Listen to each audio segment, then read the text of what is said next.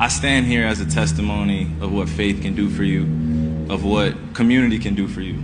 I'm an imperfect soul. I'm not afraid to admit that to you guys.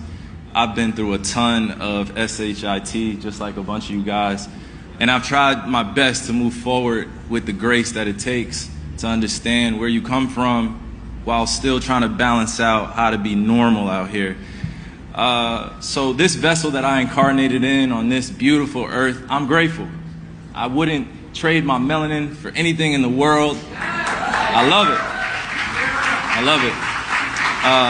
But I would say again, to keep this short and sweet, the greatest thing I've learned from Malcolm X is the story of reinvention. The story of starting somewhere in your life where you feel lost, you feel out of place, or your family's trying to wake you up, but you're just not ready to be woken up. I am a testimony of that as well, of being asleep for a long period of time and not knowing how to ask for help. I wish our community did a lot more to just ask for help instead of being guilty or guilt-tripped or fear-mongered to feel vulnerable, to feel like you can't do it alone.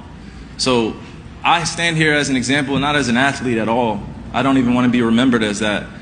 I've scored a bunch of buckets, crossed a lot of people over. I'm grateful. It's happened.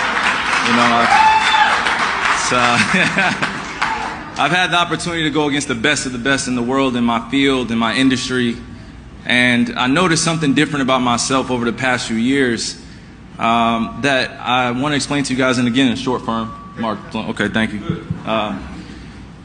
I went through a trial where I was reposting a lot of things on social media, and I got in trouble.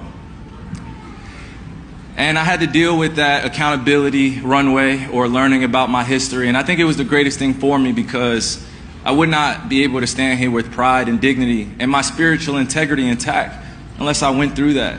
So to all of you guys who have lost a parent, just like me, I lost my mother, I lost my grandmother, back-to-back years to the crack epidemic in the early 90s, and I've struggled to make relationships work in my life.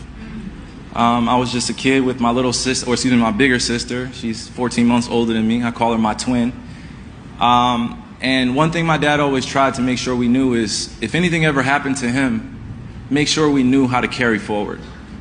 And I think he told us that at a very young age, because I remember I was 4 years old looking at him eye to eye. And I think he knew in that moment that I was destined for something greater than just being a reflection of him, but being a reflection of a legacy that is international. It is so beautiful to be a part of something that you can't see when you're younger, but when you get older, it reveals itself.